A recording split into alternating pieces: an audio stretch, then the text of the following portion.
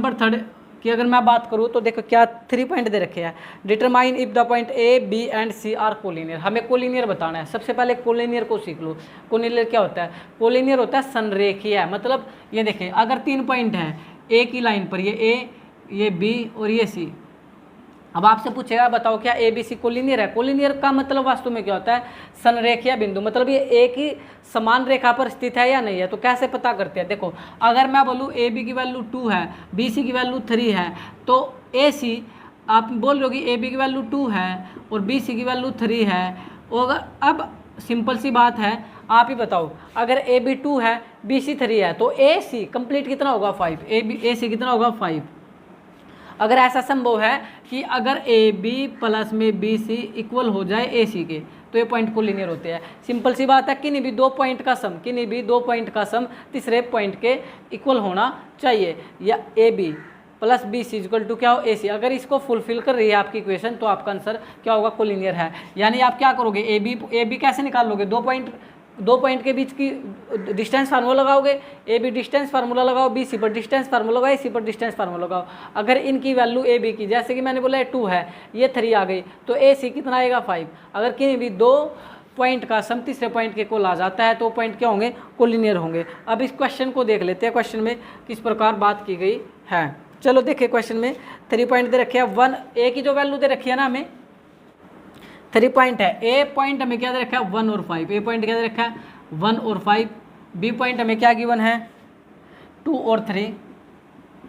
और C point हमें क्या गिवन है?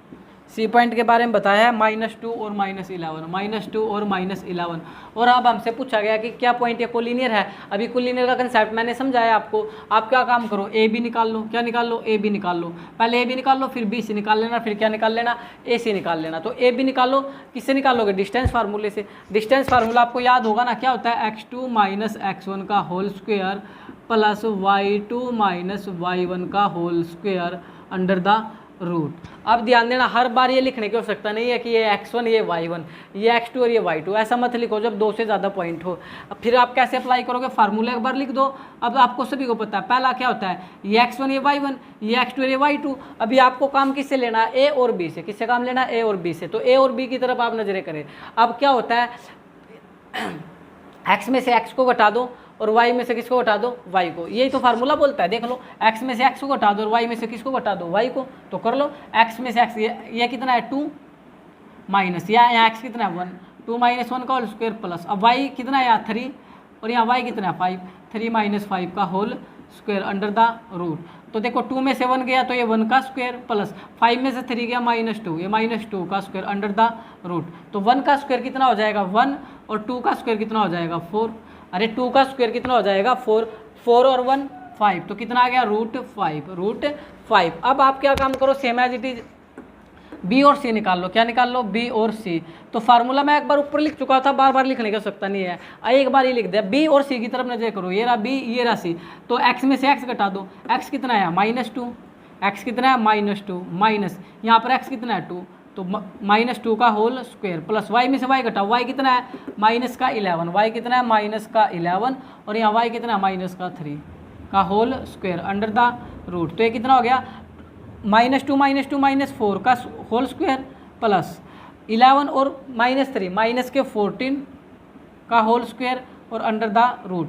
तो ये करो, माइनस का स्क्वायर तो प्लस हो जाएगा और 4 का स्क्वायर कितना हो जाएगा? 16 और 14 का स्क्वायर 14 का स्क्वायर आपको याद होना चाहिए। 14 × 14 करना 196, कितना होगा? 196। तो अंडर रूट। अब आप प्लस कर लो तो क्या करोगे? 6 और 6 12। देखिए 6 और 6 12, 19 और 1 20 और 1 21, √212। अब आपको ये √212 को क्या करना पड़ेगा? रूट से बाहर निकालना पड़ेगा। तो प्राइम फैक्टर कर लो इसके 212 के। प्राइम फैक्टर आपको आते हैं ऐसे भी वो करने। 2 से करो 2 × 1 = 2, ना चलने की 0, 2 × 6 = 12, फिर 2 से करो 2 × 5 = 10, 2 × 3 = 6। और आप लोगों के सामने 53 यानी 53 आ गया।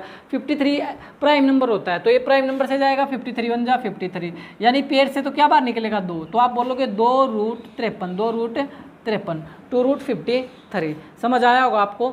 ए बी और बी सी। अब किसकी कौन रह गया? ए सी और निकाल लो। क्या निकाल लो? ए सी और निकाल लो। चलो अब मैं ए सी को यहाँ निकाल देता हूँ। ए सी यहाँ निकाल लेता हूँ। तो ए सी निकालने के लिए आप क्या काम करोगे, वही सेम फार्मूला है।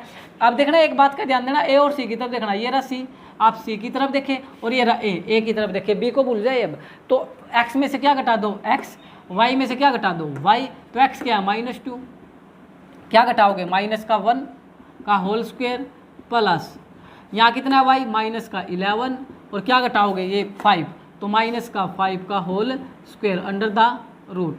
तो -2 और -1 -3 का होल स्क्वायर प्लस ये कितना हो जाएगा -16 का whole square under the root. देखिए ना ध्यान से, 2 और 1 -3, -11 -5 -16 का होल स्क्वायर। आप करो माइनस का स्क्वायर तो प्लस हो जाएगा, 3 का स्क्वायर 9, और 16 का करोगे तो 256, 16 का करोगे तो कितना हो जाएगा 256, 256। तो 9 और 6 15, 9 और 6 15, 25 और 1 26, तो ये आ जाएगा √265, √265। तो इसको बाहर निकालो √265 को, फिर क्या काम करेंगे 265 के फिर प्राइम फैक्टर करने पड़ेंगे आपको। अब 1 प्लस पे 5 है तो 5 की डिविजिबिलिटी लगेगी, 5 5 जा 25, 1 बचेगा 15, 5 3 जा 15, 53 तो प्राइम नंबर है, 53 एकम 53, यानी यहाँ कोई पेयर नहीं बन रहा, तो रूट ये आपका रहेगा √265 ही। लेकिन अब आप ये देख लो, क्या ये ऐसा हो रहा है क्या, AB + BC इक्वल आ रहा है क्या इसी के, देखो ना AB ये √5 है, ये 2√53 है, वो 2√265 है।